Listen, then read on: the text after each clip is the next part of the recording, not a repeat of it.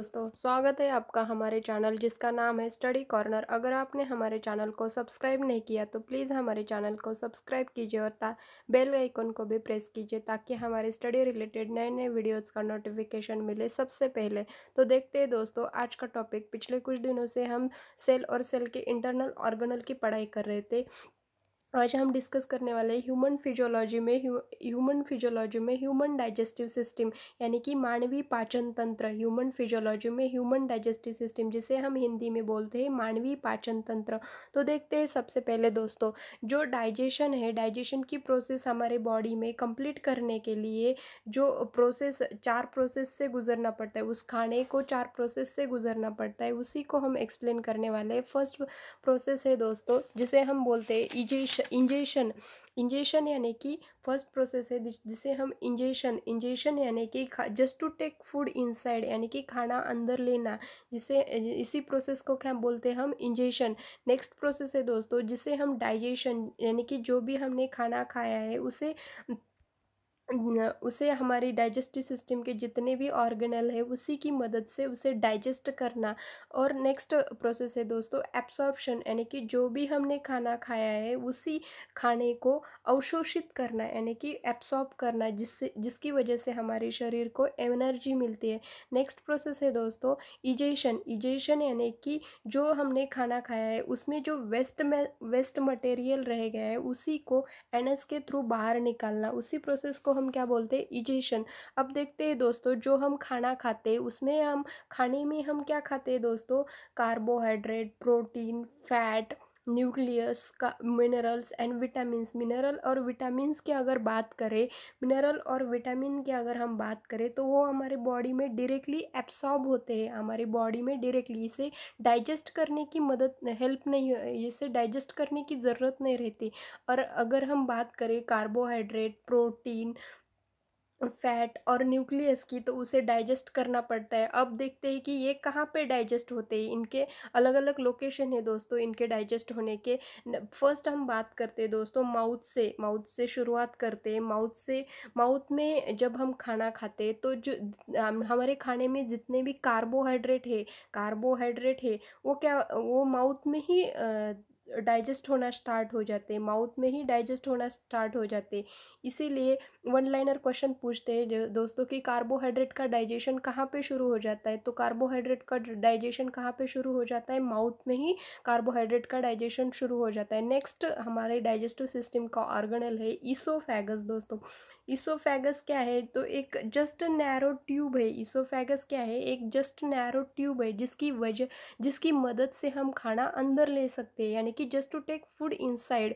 Next अगर हम हमारी सिस्टम के ऑर्गेनल की बात करें तो थर्ड ऑर्गेनल है दोस्तों स्टमक जैसे हम हिंदी में अमाशय बोलते हैं, जिसे हम हिंदी में अमाशय बोलते हैं। अब जो हम खाना खा रहे हैं उसमें जितने भी प्रोटीन है, फर्स्ट प्राइमरीली बात करें तो प्रोटीन का डाइजेशन कहाँ पे होता है, प्रोटीन का डाइजेशन स्टमक में, यानी कि अमाशय में होता है। बाद में कार्बोहाइड्रेट और फैट का भी डाइजेशन होता है, लेकिन फर्स्ट अगर प्राइमरीली बात करें तो प्रोटीन का डाइजेशन कहाँ पे शुरू होता है, तो प्रोटीन का डाइजेशन स्टमक यानी कि अमाशय में शुरू होता है। नेक्स्ट बात करें दोस्तों पैनक्रियाज नेक्स्ट ऑर्गेनल है हमारी सिस्टम का, डाइजेस्टिव सिस्टम का ऑर्गेनल है।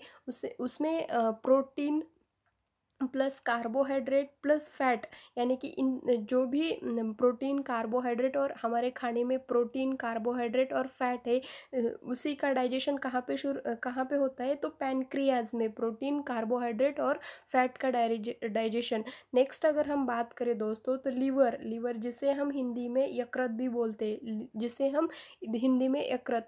और लीवर ऐसा अकेला ऑर्गन है जहाँ पे फैट का डाइजेशन होता है। फैट लीवर में किस चीज़ का डाइजेशन होता है, फैट का डाइजेशन, यानी कि जो भी हम ऑयली पदार्थ खाते हैं उसी का डाइजेशन कहाँ पे शुरू होता है, तो लीवर में। और लीवर ऐसा अकेला हमारे डाइजेस्टिव सिस्टम का ऑर्गेनल है जो कि खुद को रीजनरेट करता है। लीवर खुद को रीजनरेट करता है। लीवर का अगर 2/3 पार्ट खराब भी हो जाए तो वो खुद को रीजनरेट कर सकता है। नेक्स्ट ऑर्गेनल है दोस्तों स्मॉल इंटेस्टाइन की अगर हम बात करें, जिसे हम हिंदी में छोटी आंत भी बोलते हैं। यानी कि स्मॉल इंटेस्टाइन की अगर हम बात करें तो जो जितना भी अनडाइजेस्टेड फूड हमारी बॉडी में रह गया, इसमें कार्बोहाइड्रेट भी रह सकते हैं, प्रोटीन भी रह सकते हैं, फैट भी रह सकते हैं, मिनरल्स, न्यूक्लियस भी हो सकते हैं। यानी कि जितना भी अनडाइजेस्टेड फूड है वो कहाँ पे, तो स्मॉल इंटेस्टाइन में, यानी कि छोटी आंत में डाइजेस्ट होता है। उसी के हिसाब से हम देखते हैं कि खाने में हमें पता चलता है कि हम खाने में क्या खाते हैं, प्रोटीन खाते, कार्बोहाइड्रेट खाते, न्यूक्लियस खाते, फैट खाते, और बाद में मिनरल और विटामिन की अगर बात करें तो बॉडी में हमारे डायरेक्टली एब्सॉर्ब होते, अवशोषित होते, उसे डाइजेस्ट करने की ज़रूरत नहीं रहती। नेक्स्ट अगर हम बात करें दोस्तों, नेक्स्ट हम वन बाय वन डिटेल में देखते हैं। नेक्स्ट हमारी ओरल कैविटी की अगर हम बात करें, हमारे डाइजेस्टिव सिस्टम में ओरल कैविटी की अगर हम बात करें, ओरल कैविटी में टीथ और टंग यानी कि जीभ और दांत आते हैं, टीथ और टंग। जिसे फर्स्ट हम बात करते हैं दोस्तों टीथ की अगर हम बात करें तो टीथ हमारी हम जो खाना खा रहे हैं उसको काटने के लिए, यानी कि मेस्टिकेटिंग करने के लिए, च्युइंग करने के लिए मदद करता है। और 4 टाइप्स के टीथ रहते हैं दोस्तों, इंसीजर, कैनाइन, प्रीमोलर और मोलर। 4 टाइप्स के टीथ रहते हैं, इंसीजर, कैनाइन, प्रीमोलर और मोलर। जो कैनाइन टीथ रहते हैं वो सुई की तरह से रहते हैं, यानी कि सुई की जैसे स्ट्रक्चर रहता है उसका, और वो जो खाना खा रहे हैं उसको काटने के लिए हेल्प करते हैं।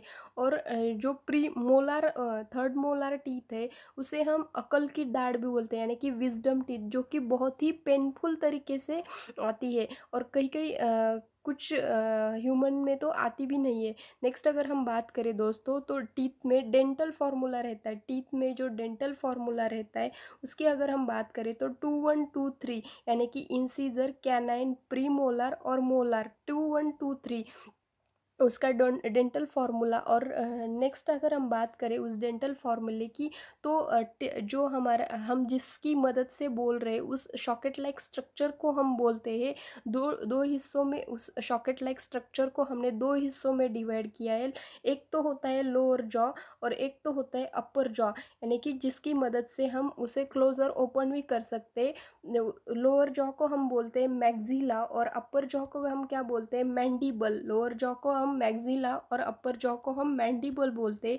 नेक्स्ट बात करें इसके डेंटल फॉर्मूले की, तो लेफ्ट, राइट, अपर और लोअर, इसकी अगर मदद से बात करें तो 2+1+2+3, यानी कि 8 × 4 पार्ट होते हैं हमारी मुंह में, इसलिए 4 से मल्टीप्लाई करें, यानी कि किसी भी ह्यूमन में टोटल कितने दांत होते हैं, 32। किसकी मदद से, तो ये डेंटल फार्मूला की मदद से निकालते हैं। अगर हम बात करें दोस्तों तो बच्चों में जो प्रीमोलार टीथ रहते हैं वो एब्सेंट रहते हैं, इसीलिए उसमें टोटल उनमें कितने दांत होते हैं, 2 1, यानी कि 2+1 3+5 × 4, यानी कि टोटल बच्चों में कितने दांत होते हैं, 20 दांत होते हैं, उसमें प्री मोलर दांत एब्सेंट रहते हैं। नेक्स्ट अगर हम बात करें दोस्तों तो टंग यानी कि जीभ, जिसे हम टंग यानी कि जीभ, जिसे हिंदी में हम जीभ बोलते हैं। जीभ क्या है, हमारी डाइजेस्टिव सिस्टम का मस्क्यूलर ऑर्गन है। जीभ क्या है, हमारी डाइजेस्टिव सिस्टम का मस्क्यूलर ऑर्गन है, जो कि पूरा नीचे तक नहीं, गले की हिस्से तक ही रहता है। और अगर हम बात करें इसके ओरिजिनेशन की, गले में जिस पॉइंट से ये ओरिजिनेट होती है, गले की हम बात करें तो जिस पॉइंट से ये ओरिजिनेट होती है उस पॉइंट को हम क्या बोलते हैं दोस्तों, फ्रेनुलम करके टर्म करते हैं। जिस पॉइंट से जीभ हमारी ओरिजिनेट होती है उस पॉइंट को हम क्या बोलते हैं, फ्रेनुलम करके बोलते हैं। और जीभ हमारी डाइजेस्टिव सिस्टम का अकेला ऑर्गन है जो सबसे जल्दी हीलिंग करता है, यानी कि सबसे जल्दी खुद को रिपेयर करता है। अगर हम बात करें इसमें सलाइवरी ग्लैंड की, 3 टाइप के सलाइवरी ग्लैंड रहते हैं दोस्तों यहाँ पे। फर्स्ट देखते हैं दोस्तों, पैराटिड नाम की ग्लैंड रहती है। सलाइवरी ग्लैंड में पैराटिड नाम की ग्लैंड रहती है, जहाँ पे जो कि हम अगर जीभ को अगर हम ऊपर उठाते हैं तो तलवे से टच होती है, उसी को हम क्या बोलते हैं, वहाँ पे जो ग्लैंड्स प्रेजेंट रहती है उसे हम फ्रेनुलम पैराटिड ग्लैंड करके टर्म करते हैं। नेक्स्ट अगर हम बात करें दोस्तों, सबलिंगुअल, नाम से ही पता चलता है सबलिंगुअल यानी कि सबलिंगुअल यानी कि जो ग्लैंड जीभ के आसपास रहते हैं, जीभ के आसपास का जितना भी हिस्सा है उसके आसपास रहते हैं, उसको हम क्या बोलते हैं, सबलिंगुअल ग्लैंड। नेक्स्ट अगर हम बात करें मैंडिबल यानी कि जो हमारी जॉ के साथ कनेक्टेड रहते हैं, जो जॉ रहता है हमारा, अपर और लोअर जॉ कनेक्टेड रहता है, उसी के साथ कनेक्टेड रहते हैं, उस ग्लैंड को हम क्या बोलते हैं, मैंडिबल ग्लैंड। नेक्स्ट अगर हम बात करें दोस्तों, नेक्स्ट स्ट्रक्चर है दोस्तों ईसोफेगस। नेक्स्ट ऑर्गेनल है ईसोफेगस पहले ही बताया मैंने आपको, जस्ट नैरो ट्यूब, किसी भी तरह का खाना यहाँ पे डाइजेस्ट नहीं होता, जस्ट लॉन्ग नैरो ट्यूब रहती है जो कि खुद की साइज़ खाने का जो पीस है उसकी हिसाब से चेंज करता है। अगर हम खाना खाते वक्त अगर खाने का पीस हमने बड़ा ले लिया तो वो खुद की मसल्स को कॉन्ट्रैक्ट और रिलैक्स करता है, यानी कि खाने के हिसाब से चेंज करता है। उसी मोमेंट को हम क्या बोलते हैं, पेरिस्टेल्टिक मूवमेंट। इस मूवमेंट को हम क्या बोलते हैं, पेरिस्टेल्टिक मूवमेंट। नेक्स्ट अगर हम बात करें तो इसीलिए बोलते हैं दोस्तों, खाना खाते टाइम बोलना नहीं चाहिए, नहीं तो वो गले में फंस जाता है। इसी वजह से ये जो ओइसोफेगस है, ये जो नैरो ट्यूब है, ये खुद को खाने के जो पीस है उसी के हिसाब से चेंज करती है, इसीलिए बोलते हैं कि खाना खाते टाइम बोलना नहीं चाहिए। यानी और इसोफेगस की अगर हम बात करें तो एक नैरो ट्यूब है just to take food inside, यानी कि खाना अंदर लेने में हमारी मदद करती है। नेक्स्ट ऑर्गेनल है दोस्तों फेरिंग्स क्या है, एक कॉमन पैसेज जिसकी मदद से हम जिस कॉमन पैसेज है, यानी कि हमारे डाइजेस्टिव सिस्टम का और हमारे रेस्पिरेटरी सिस्टम का कॉमन पैसेज है, जिसकी मदद से मतलब कॉमन पैसेज है जहाँ पे हमारे डाइजेस्टिव सिस्टम और रेस्पिरेटरी सिस्टम दोनों ही स्टार्ट होती है। नेक्स्ट अगर हम बात करें दोस्तों स्टमक, नेक्स्ट ऑर्गेनल है हमारा स्टमक, यानी कि जिसे हम हिंदी में आमाशय भी बोलते हैं। स्टमक यानी कि आमाशय। सबसे अगर हम स्टमक की अगर हम बात करें तो सबसे चौड़ा हिस्सा, यानी कि सबसे ब्रॉडेस्ट पार्ट, हमारी डाइजेस्टिव सिस्टम का सबसे चौड़ा यानी कि सब ब्रॉडेस्ट पार्ट। अगर हम कैपेसिटी की बात करें तो 1.5 लीटर कैपेसिटी रहती है उसकी। अगर हम बात करें तो इसमें भी पेरिस्टेटिक मूवमेंट, जिसके हमें जब हमें बहुत ही भूख लगती है तो हम बोलते हैं कि चूहे दौड़ रहे। वो क्या होता है कि हमारे जो स्टमक यानी कि टोटली हमारा स्टमक यानी कि आमाशय, वो भी हमारा मस्कुलर ऑर्गन है, और जो मसल्स यानी कि जो स्टमक की वॉल रहती है वो कॉन्ट्रैक्ट और रिलैक्स करती है। इसीलिए स्टमक को हम क्या बोलते हैं कि स्टमक भी पेरिस्टेल्टिक मूवमेंट करता है। इसीलिए हम जब भी हमें भूख लगती है तो हम बोलते हैं कि चूहे दौड़ रहे। नेक्स्ट अगर हम बात करें तो जो हम खाना अंदर ले रहे हैं वो कुछ ना कुछ देर के लिए स्टमक में रह गया। स्टमक में गेट रहते हैं, यानी कि जिसे हम स्फिंक्टर और गार्ड्स बोलते हैं। जब हम खाना बहुत ही ठूस के खाते हैं तो खाना प्रेशराइज होके हमें खट्टी ढकार आती है, यानी कि खाना ऊपर चले आता है। इसीलिए बोलते हैं कि खाना थोड़ा थोड़ा खाना चाहिए। नेक्स्ट अगर हम बात करें दोस्तों तो स्टमक जहाँ पे स्टमक का पार्ट जहाँ पे ख़त्म होता है वहाँ पे भी एक स्फिंक्टर रहते, उसको हम बोलते हैं पायरोलिक स्फिंक्टर गेट प्रेजेंट रहते, उसी का नाम है पायरोलिक स्फिंक्टर। नेक्स्ट ऑर्गेनल है दोस्तों स्मॉल इंटेस्टाइन, जिसे हम छोटी आंत भी बोलते हैं। स्मॉल इंटेस्टाइन को हमने थ्री पार्ट में डिवाइड किया है। उसमें duodenum jejunum and ileum, jejunum and ileum, 3 part में डिवाइड किया है। उसमें दोस्तों देखते हैं, सबसे पहले स्मॉल इंटेस्टाइन को देखने से पहले देखते हैं कि जो डेड्यूनम पार्ट है, स्मॉल इंटेस्टाइन का जो डेड्यूनम पार्ट है वो क्या है, कॉमन पैसेज, कॉमन जहाँ पे लीवर की जो ट्यूब है, लीवर की ट्यूब और पैनक्रियाज की डक्ट जहाँ पे ओपन होती है, वो कहाँ पे ओपन होती है? डेडुनम वाले हिस्से में। स्मॉल इंटेस्टाइन में जो डेडुनम वाला हिस्सा होता है वहाँ पे लीवर की ट्यूब और पैनक्रियाज की डक्ट ओपन होती है। नेक्स्ट यहाँ पे डायग्राम से देखते हैं दोस्तों, ये जो आपको स्ट्रक्चर दिखाई दे रहा है स्मॉल इंटेस्टाइन, ये जो दिखाई दे रहा है आपको, ये डेडुनम वाला हिस्सा है। और अच्छे से देखते हैं, ये यहाँ पे ये जो है डेडुनम वाला हिस्सा है, ये जो फूड ग्रेन्स है यहाँ पे, यहाँ से चले आके ये डेडुनम वाले हिस्से में आते हैं और यहाँ पे ही लीवर की डक्ट एंड पैनक्रियाज की डक्ट ओपन होती है। नेक्स्ट अगर हम बात करें दोस्तों, लार्ज इंटेस्टाइन सबसे पहले देखते हैं। इससे जानने से पहले लार्ज इंटेस्टाइन को ही हम क्या बोलते हैं? लार्ज इंटेस्टाइन को ही हम क्या बोलते हैं? हिपेटो पैनक्रियाटिक डक्ट, यानी हिपैटिक शब्द जिससे जिससे हिपैटिक शब्द यानी कि लीवर के लिए आता है। लीवर हमारी बॉडी में ये जो स्ट्रक्चर है, ये देखिए, ये जो पार्ट है ये लीवर का पार्ट है। और यहाँ पे ये जो है ये गॉल ब्लैडर रखा हुआ है। आधा लीवर के ऊपर रखा हुआ होता है और आधा लीवर के नीचे रखा हुआ होता है, गॉल ब्लैडर। नेक्स्ट अगर हम बात करें तो लीवर की अगर स्ट्रक्चर की बात करें तो ये जो ये दिखाई दे रहा है आपको, ये बायलोप्ड स्ट्रक्चर रहता है लीवर का। और लीवर के बाद जो आता है वो गॉल ब्लैडर को ही हम हिंदी में क्या बोलते हैं? पित्त की थैली। नेक्स्ट अगर हम बात करें लीवर में दो तरह के सेल रहते हैं मौजूद। लीवर में दो तरह के सेल रहते हैं, बिलिरुबिन और बिलिरुबिन और बिलिवर्डिन नाम के दो सेल रहते हैं जो क्या करते हैं? बिलिरुबिन सेल, दो टाइप के सेल रहते हैं लीवर में, जो बिलिरुबिन और बिलिवर्डिन। वो सेल क्या करते हैं दोस्तों? बाइल जूस रिलीज करते हैं, बाइल जूस रिलीज करते हैं। और वो जूस कहाँ पे स्टोर रहता है? गॉल ब्लैडर में, जिसे हम हिंदी में पित्त की थैली भी बोलते हैं।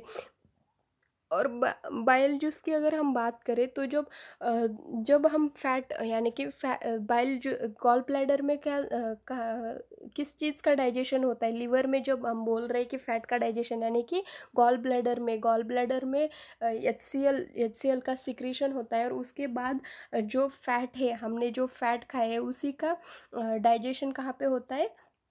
तो गॉल ब्लैडर में। अगर हम बात करें दोस्तों इसके पैनक्रियाज, नेक्स्ट अगर हम बात करें तो पैनक्रियाज जो है, ये जो आपको दिखाई दे रहा है स्ट्रक्चर, ये लीफ लाइक स्ट्रक्चर। पैनक्रियाज को हम क्या बोलते हैं? लीफ लाइक स्ट्रक्चर, बड़ी पत्ती की तरह दिखता है। उसमें 3 एंजाइम सिक्रीट होते हैं। पैनक्रियाज को काम क्या दिया है? एमाइलेज, लाइपेज और थर्ड ट्रिप्सिन, ये 3 एंजाइम सिक्रीट करता है दोस्तों। एमएलएस, लाइपेज और ट्रिप्सिन नाम के 3 एंजाइम सिक्रीट करता है, जिसकी मदद से सिक्रीट करने के बाद डेडुनम वाले हिस्से में ये जो पैनक्रियाज है, एमाइलेज, लाइपेज और ट्रिप्सिन कहाँ पे सिक्रीट करता है? डेडुनम वाले हिस्से में। और अगर हम बात करें तो पैनक्रियाज में कार्बोहाइड्रेट डाइजेस्ट होते हैं। किसकी मदद से? कार्बोहाइड्रेट, प्रोटीन प्लस फैट, किसकी मदद से डाइजेस्ट होते हैं? कार्बोहाइड्रेट की अगर हम बात करें तो अमाइलेज की वजह से कार्बोहाइड्रेट डाइजेस्ट होते, और नेक्स्ट लाइपेज की वजह से फैट डाइजेस्ट होते, और थर्ड प्रोटीन, ट्रिप्सिन नाम के एंजाइम्स की वजह से प्रोटीन डाइजेस्ट होते। नेक्स्ट अगर हम बात करें दोस्तों तो स्टमक हमारा बहुत ही एसिडिक, स्टमक का जो पीएच है बहुत ही एसिडिक, यानी कि स्टमक ऑलवेज HCl रिलीज करता है, जो कि हमारे शरीर में बैक्टीरिया और वायरसेस को मारा जा सके। और नेक्स्ट पेप्सिनोजिन एंजाइम को पेप्सिन में कन्वर्ट करने के लिए, पेप्सिनोजिन एंजाइम को पेप्सिन में कन्वर्ट करने के लिए बाद में जो स्टमक में प्रोटीन का डाइजेशन होता है उसकी मदद, पेप्सिन की मदद से प्रोटीन का डाइजेशन होता है।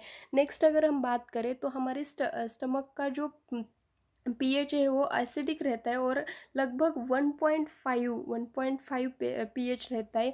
उस पीएच को नॉर्मल में कन्वर्ट करने के लिए, नॉर्मल में, बेसिक में, अल्कलाइन में कन्वर्ट करने के लिए खाना जो डेडुनम वाले हिस्से तक है वो एसिडिक रहता है। खाना जब डेडुनम वाले हिस्से में है तो एसिडिक रहता है, लेकिन उसके बाद उसके बाद अगर खाना स्मॉल इंटेस्टाइन में आ जाए तो उसको बेसिक में कन्वर्ट किया जाता है। नेक्स्ट अगर हम बात करें दोस्तों स्मॉल इंटेस्टाइन की अगर हम बात करें तो सबसे लॉन्गेस्ट पार्ट हमारी बॉडी का, हमारी डाइजेस्टिव सिस्टम का सबसे लॉन्गेस्ट पार्ट, यानी कि सबसे लॉन्गेस्ट पार्ट जिसे हम बोलते, वो स्मॉल इंटेस्टाइन, जहाँ पे खाना एब्जॉर्ब किया जाता है, खाना एब्जॉर्ब किया जाता है। और वहाँ पे सकस एंट्रिकस नाम का जूस भी सिक्रेट किया जाता है। अगर इसकी साइज़ की अगर हम बात करें, स्मॉल इंटेस्टाइन की अगर हम साइज़ की बात करें तो लगभग लगभग 6 मीटर, यानी कि 6 मीटर यानी कि 20 फीट, 20 फीट उसकी लेंथ रहती है दोस्तों, 20 फीट। नेक्स्ट अगर हम रेशो की अगर बात करें, स्मॉल इंटेस्टाइन और लार्ज इंटेस्टाइन की अगर रेशो की अगर बात करें तो 1:5, 1:5 उसका रेशो रहता है। और नेक्स्ट इसके स्ट्रक्चर की अगर हम बात करें तो किसी छोटे से बाउल में, यानी कि छोटे से बाउल में मैगी को कस के, यानी कि ठूस ठूस के रखा जाए, इसी तरह से स्मॉल इंटेस्टाइन को लार्ज इंटेस्टाइन में रखा हुआ होता है। नेक्स्ट अगर हम बात करें दोस्तों इसके